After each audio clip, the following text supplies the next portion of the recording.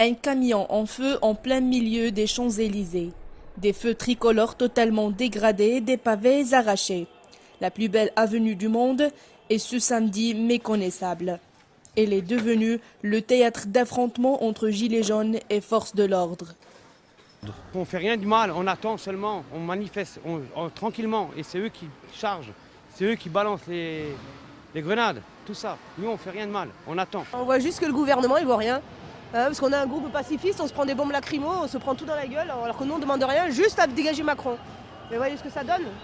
Tout au long de cette deuxième grande journée de mobilisation des Gilets jaunes, les forces de l'ordre et les pompiers ont dû éteindre différents départs d'incendie sur les Champs-Élysées. Beaucoup regrettent les violences, mais assurent que le mouvement est loin d'être terminé. Ça continuera et à mon avis ça va s'amplifier parce que s'ils restent butés sur leurs opinions, on ne trouvera jamais un terrain d'entente. Et puis à un moment ils seront obligés de lâcher. Parce que là on est tenaces et pugnaces.